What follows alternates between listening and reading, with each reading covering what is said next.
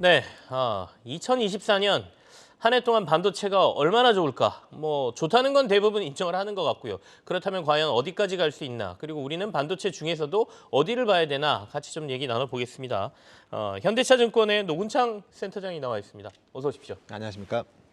참 하루 1년 내내 반도체 했던 것 같긴 한데요. 예. 드디어 좀 빛이 보이나라는 생각도 좀 드는데 예. 먼저 2023년 반도체 업황을 한번 정리해 볼 필요가 있겠습니다. 네, 2023년은 사실 메모리 가격이 많이 하락하면서 네. 우리 기업들 실적도 되게 악화됐고 양사 모두 합쳐서 아직 4분기 실적은 아직 공개는 안 됐지만 양사 합쳐서 한 거의 20조에 육박하는 영업 적자가 났을 것으로 추정하고 있고요.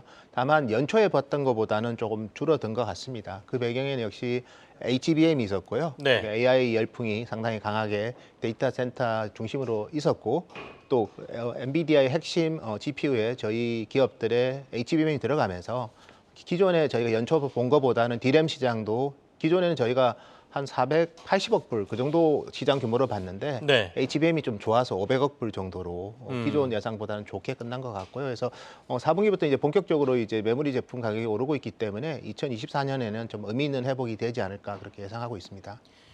예상한 것보다 2023년이 괜찮았다. 물론 이제 실적 나와 보면 여전히 적자일 것 같긴 한데 그래도 그 적자 규모도 줄고 예. 이게 회복하는 속도가 좀 빨라지고 있다는 거는 2024년에 대한 기대감을 더 높이는 요소 아니겠습니까? 예, 그런데 그렇습니다. 이제 나오는 용어들이 예. 사실은 새로운 것들이 워낙 많아서 투자자분들은 예. 고민이 좀 되실 것 같은데 이게 예. 뭔 소린지 예. 일단은 엔비디아를 중심으로 해서 AI 관련 얘기가 나오니까 예. HBM이 등장을 했고 네. 최근에는 모바일 기기로 이게 간다 그러면서 온 디바이스 얘기도 나오고 예, 맞습니다. 다양합니다. 그래서 예. 이것도 좀 정리를 해봐야 될 것 같은데 그러면 2024년에는 이른바 반도체가 슈퍼 사이클 이렇게 표현을 해도 될 정도가 될까요? 슈퍼 사이클은 좀 이른 시점인 것 같고요. 실질적으로 이제 의미 있는 시장 규모 확대는 2025년으로 저희는 보고 있습니다. 그리고 정말 제가 드리고 싶은 내용이지만 메모리 반도체는 사이클의 정점에서는 리스크 관리를 해야 되고요.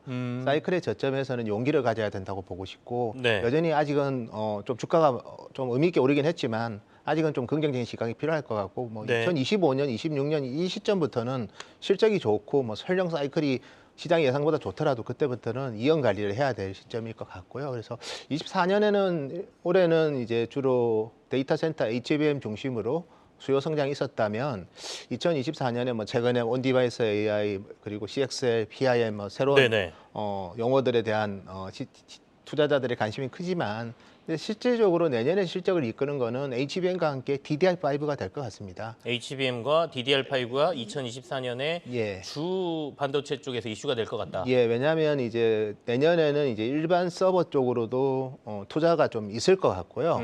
그 가장 큰 게 이제 전력 공급이 좀 원활치가 않습니다. 데이터 센터가 네. 지금 글로벌하게 많이 짓는데 요즘은 AI 데이터 센터를 많이 짓는데 AI 데이터 센터는 또 GPU가 많이 들어가기 때문에 전력 소모량이 상당하거든요. 근데 증가하는 그 AI 데이터 센터를 현재 전력으로는 다 어떻게 보면 충족시키기 힘들다 보니까 네. 일반 서버를 저전력으로 바꾸는 그런 교체 수요가 좀 있을 것 같아요. 근데 그런 제품에는 대부분 다 DDR5가 들어갈 거기 때문에 그런 DDR5 모멘텀이 2024년에는 본격적으로 부각될 것 같고요. 그리고 DDR5 같은 경우에도 이제 지금은 4,800MHz를 많이 쓴다면 내년에는 이제 5,600MHz에 대한 좀 더 속도가 빠르면서 전력 사용의 효율성은 제고되는 제품이 PC랑 서버를 중심으로 많이 올라올 것 같아요. 그래서 막상 저희가 CXL, PIM 이런 얘기는 하지만 사실 그런 제품들은 미래의 방향성인 거지. 네네. 2024년 실적하고는 사실은 크게 영향받는 기업은 적을 것 같고요. 그리고 온디바이스 AI 같은 경우에도 사실은 우리 기업 관점에서는 스마트폰에서 사실 온디바이스 AI가 의미 있게 사용자 경험을 높이기에는 아직은 좀 이른 시점 같고 다만 이제 PC에서는 이제 AI PC가 많이 나오거든요, 내년부터는. 그래서 그런 제품에도 보면 대부분 다 이제 DDR5 5600MHz 제품이 많이 탑재가 예상되기 때문에 저희는 오히려 실질적으로는 내년에 왜냐면 DDR5는 2년 전에도 얘기했는데 네네, 맞아요. HBM으로 다 묻혀버렸거든요. 그리고 실제로 실적 기여도가 올해까지는 높지는 않았습니다. 근데 내년부터는 상당히 높아질 수 있고 두 번째는 원래 D램은 HBM보다 마진이 좋습니다. 마진이 훨씬 D램이 좋다. 예, 왜냐하면 HBM이 수율이 안 좋거든요. 근데 지금은 HBM이 부각되는 이유는 지금 D램이 적자가 나서 HBM이 부각되는 거지. 내년부터 이제 D램 가격이 계속해서 뭐 매 분기 뭐 두 자릿수씩 오르면 아마 내년 하반기에는 일반 D램이 HBM보다 마진이 좋을 거고요. 그래서 네. 저는 DDR5의 중요성이 내년에는 더 부각되지 않을까 그렇게 보고 있습니다. 그럼 내년 뭐 중순 넘어서 하반기로 갈수록 사실은 HBM보다는 DDR5를 중심으로 한 메모리 반도체 시장이 훨씬 더 주목받을 가능성이 높다라는 예, 말씀이시네요. 실질적으로 이제 뚜껑을 열어보면 네. HBM이 많이 늘었다고 해서 이익이 탄력적으로 증가하지는 않을 거고요. 왜냐하면 수율이 안 좋기 때문에. 네네. 반면에 DDR5는 이제 일정 시간이 지나면 수율이 상당히 개선이 될 거거든요. 그래서 원래 D램이 HBM보다 영업이익률이 보통 한 2배 좋습니다. 네네네. 그래서 그 시점이 되는 시점부터는 오히려 DDR5에서 고대역 즉 5600MHz 비중이 높은 회사가 누구냐 네. 그런 걸 찾다 보면 실질적으로 이제 그 시장의 관심이 변할 수 있다는 거죠. 뭐 그거는 제가 봤을 때는 어떻게 보면 밸류에이션 관점에서도 좀 네. 합리적인 방향일 것 같습니다. 주시장이라는 게 이제 우리가 미래를 보긴 하지만 그렇다 그래서 실적도 안 볼 수는 없죠. 그러니까 아까 말씀하신 대로 이익이 많이 나고 실적이 직접적으로 영향을 받는 부분이 내년 하반기쯤 되면 예. DDR5 쪽일 가능성이 좀 높다라는 말씀 예. 주셨고 CXL이라는 용어도 예. 아까 잠깐 언급을 해주셨는데 예. 도대체 CXL이 뭐고 좀 쉽게 설명해 주시고요. 예. 2024년에는 예. 이 CXL이라는 게 사실은 2023년 하반기에 등장한 용어거든요. 예, 사실 용어는 2021년부터 있었고요. 네네. 삼성이랑 하이닉스랑 CXL, PIM은 이제 사실은 D램의 그 일종의 그 컨트롤 IC가 들어가서 네네. D램에서 계산을 해서 로직에 넘겨주는 거고 CXL은 그런 뭐 하드웨어적인 측면보다는 인터페이스적 측면이 강합니다. 그래서 서로 분리된 서버에 있는 D램을 네. 확장해서 쓸 수 있는 거거든요. CPU가 상당히 뭐 트래픽이 올라가면 일정 A 서버에서 제공할 수 있는 D램 모듈의 그 어떻게 보면 성능에는 제약이 있으니까 여러 개의 서버를 같이 써서 같이 사용할 수 메모리의 있게 확장성을 만들어주는? 높여주는. 아. 근데 어떻게 보면 되게 뭐 데이터 센터가 지금 제가 전력이 지금 공급이 타이트하다고 말씀드렸는데 네. 이런 CXL 같은 경우에도 이제 데이터 센터의 효율성을 제고시키고 그 그렇네요. 효율성이라는 게 네. 결국 이제 전력 사용의 효율성 제고와도 연동되는 거기 때문에 되게 이제 클라우드 사업자한테는 매력적인 솔루션이 될 것 같고요. 다만 이제 이게 이제 2024년에 의미 있는 파일을 가지기에는 아직은 조금 더 시간이 필요할 것 같습니다. 결국에는 그 핵심에는 전력이네요. 저는 그래서 내년에 우리가 반도체를 볼 때 꼭 전력을 같이 보셔야 됩니다. 결국 데이터 센터, AI 서버 이쪽에서 전력을 너무나 많이 쓰다 보니까 근데 우리가 반도체 공장에만 하여튼 데이터 센터나 뭐 이런 데만 전력을 공급할 수는 없잖아요. 네네. 민간한테도 많은 전력을 공급해야 되는데 그러다 보니까 이제 저전력을 어떻게 구현할 건가를 찾는 거고 그래서 사실 우리가 얘기하는 HBM도 GDDR을 단품을 할 때보다 전력 사용량이 훨씬 효율성이 제고되거든요. 뭐 일각에서는 한 50% 이상 전력 사용량이 준다고 합니다. 사실 어떻게 보면 HBM도 저전력 솔루션이고요. 지금 부각되고 있는 CXL이든 뭐 PIM이든 다 이제 전력 사용의 효율성을 제고시키는 거고 단품으로 본다면 DDR5가 또 DDR4보다 네네. 전력 사용 효율성이 제고되고 그다음에 CPU 관점에서 보면 ARM CPU가 네네. X86보다 훨씬 전력 사용량이 적거든요. 그래서 저는 냉정하게 봤을 때는 AI 서버 때문에 전 세계적인 데이터 센터의 전력 수급이 되게 좀 불균형이 있을 것 타이트해지고 같아요. 불균형해질 것 같다. 예, 그러다 보면 결국은 이제 정말 왜냐하면 데이터 센터의 운용 비용의 대부분이 이제 전력과 관련된 비용입니다. 네네네. 그래서 전력 서버를 구동할 때 드는 비용이 한 60%고요. 40%가 40%가 이제 냉각시키는 쿨링 비용이거든요. 네네. 워낙 뜨겁기 때문에 에어컨을 계속해서 어쨌든 그렇죠. 찬 공기를 유지를 해야 되죠. 그래서 그런 것도 되게 기업 입장에서는 되게 부담스럽기 때문에 2024년에는 원래 이제 그게 중요했는데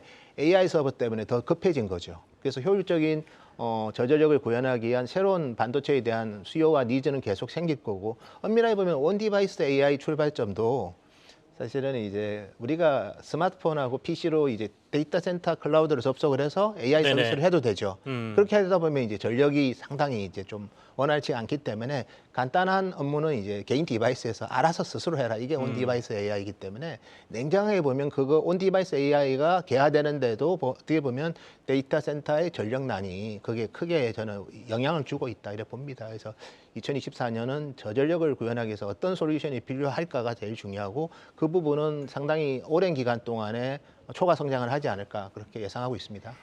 고성능 반도체의 등장, 그다음에 뭐 빅데이터 그리고 저희가 흔히 말하는 인공지능 뭐 이걸 예. 구현하기 위한 예. 어떻게 보면 전력 소모가 어마어마하게 많이 늘어나다 보니 예. 그 안에서 이루어지는 이 효율성을 위한 작업들 여기와 예. 관련된 회사들이 이게 2024년도에 예. 굉장히 주목을 받을 것이다 이런 말씀이세요. 예, 맞습니다. 구체적으로 그 우리 반도체 주요 회사들 얘기를 해볼까요? 삼성전자하고 하이닉스 예. 일단 2023년도 말에 신고가 수준까지 주가가 예. 올라왔죠. 그러면 2024년에 대한 기대가 좀 나오는데 특히 삼성전자는 뭐 흔히 말하는 우리 10만 전자 갈 수 있어 이거 아니겠습니까? 예. 뭐 저희가 봤을 때는 아직까지 실적이 이제 흑자 전환이 아직 되지도 않았고 네. 이제 흑자 전환을 아마 내년 1분기에 아마 가능할 것 같은데 어쨌든 바로 10만 전자 가기에는 뭐 여전히 또 왜냐하면 올해 실적이 되게 안 좋은데 주가가 미리 올랐기 때문에 내년에 2024년에 좋아질 것도 일정 부분은 반영을 했다고 보셔야 됩니다. 아, 그래서 네. 10만 전자를 가려면 좀 더 다른 모멘텀이 필요할 것 같아요. 아까 제가 언급드린 것처럼 정말 저전력 때문에 우리는 전부 다 내년은 HBM만 보고 있거든요. 근데 저전력에 대한 니즈 때문에 DDR5가 생각보다 수요가 강할 가능성이 있습니다. 이런 부분들이 시장이 인지하면 주가는 또 추가적인 레벨업이 가능할 수도 있을 것 같고 그래서 그런 부분들을 좀 확인하면서 가더라도 갈 것 같고 단기적으로 내년에 10만 전자라는 의미보다도 주가의 방향성은 내년까지는 우상향하지 않을까 저희는 그렇게 예상하고 있습니다. 지금 현대차증권에서는 삼성전자 목표가를 어느 정도로 설정하고 계세요? 저희는 89,000원. 89,000원. 다른 데보다 좀 저희가 좀 보수적으로 제시하고 있고요. 뭐 하여튼 요즘 뭐 좀 더 저희보다 높은 가격을 제시하는 분들도 많은데 어쨌든 아직까지는 확인이 조금 필요하고 또 숫자가 안 나온 상태에서 미리 갔기 때문에 네네. 이때부터는 이제 상승 탄력 이제 실적이 나와도 주가가 많이 안 오를 수 있어요. 그러면 여기서 이제 정말 레벨업이 되려면 아까 제가 언급드렸던 그런 일부 아이디어들이 있지 않습니까? 네네. 그래서 제가 최근에 이제 글로벌 기업들 방문해봐도 서버가 내년에 하이싱글 정도 성장할 수 있을 것 같다는 그런 시각들의 중심에는 ARM 기반으로 CPU를 바꾸려는 북미의 클라우드 사업자들이 좀 많이 보이고 있고요. 그럴 때 이제 DDR5로 교체가 또 많이 일어날 거고, 그 다음에 AI PC도 저는 뭐 처음에는 크게 기대를 안 했는데 지금 이제 우리 인텔이든 퀄컴이든 AMD의 라인업을 보면 네. 되게 좀 소비자 관점에서는 한번 교체할 만한 유인이 될 만한 그런 포인트들이 좀 있더라고요. 그래서 AI PC랑 일반 서버가 내년에 시장에서는 다 안 좋을 거라고 보는데 네. 여기서 이제 성과가 나와버리면 이제 저는 충분히 실적이 더 우리 예상보다 좋을 수 있고 두 번째는 제가 DDR5가 원래 HBM보다 마진이 좋다는 거죠. 아까도 강조해 주셨어요. 올해는 비정상적이기 때문에 HBM이 구원투수 역할을 확실히 했지만 내년부터는 DDR5가 많으면 훨씬 더 이제 수익성이 HBM보다 좋기 때문에 지금이야 구원투수 바라보고 있지만 진짜 선발 투수 이제 봐야 될 시기가 내년에 있군요. 이제 제대로 된 선수가 들어올 수 있습니다. 결국에는 내년은 반도체는 DDR5 쪽 예. 주목해야 된다는 말씀이 예, 들리고요. 그렇습니다. 예. 밸류체인과 우리가 위에 이제 상위 업체만 봤으니까 예. 밸류체인으로 본다면 우리가 뭐 후공정도 있고 전공정도 있고 뭐 여러 가지 있지 않습니까? 예. 그 중에서 주목해야 될 게 있을까요? 여전히 후공정이 저는 좋을 것 같습니다. 물론 후공정 올해 주가 많이 올랐습니다. 네. 예, 뭐 사실 어드밴스 패키징이라 해가지고 사실 그 관련된 뭐 어태칭하고 본딩하고 그다음에 커팅하고 이런 기업도 주가 많이 올랐거든요. 근데 내년에도 저희는 여전히 초과 성장을 그쪽에서 좀 할 수 있을 것 같고 전공정 같은 경우에는 이제 D램과 HBM 비중이 높은 회사는 괜찮을 것 같아요. 그쪽에 대한 투자는 좀 있을 것 같은데 내년까지도 뭐 낸드에 대한 투자가 많을 것 같지는 않고요. 두 번째는 이제 삼성도 뭐 올해까지는 파운드리 투자를 많이 했지만 내년부터는 이제 좀 가동률도 고려해야 되기 때문에 네네. 아마 파운드리에 대한 설비 투자는 조금은 올해보다 이축될 것 같아요. 그래서 반도체 장비는 오히려 여전히 실적 면에서는 후공정이 좀 좋고 주가 면에서는 네. 후공정 중에서 이제 D램 비중이 높은 회사들이 괜찮을 것 같습니다. 그리고 소보장 전체적으로 본다면 장비보다는 여전히 내년부터는 이제 좀 정상화가 될 거거든요. 네네. D램하고 낸드를 지금 감산하고 있는데 이걸 이제 내년 하반기 4분기 되면 거의 원위치 될 것 같아요. 그러면 웨이퍼 투입량이 늘리기 때문에 소재 회사들이 좋아지겠죠. 장비보다는 소재. 예, 그래서 펀더멘탈로는 소재 쪽이 내년에는 좀 더 좋지 않을까 그래 보고 있습니다. 알겠습니다.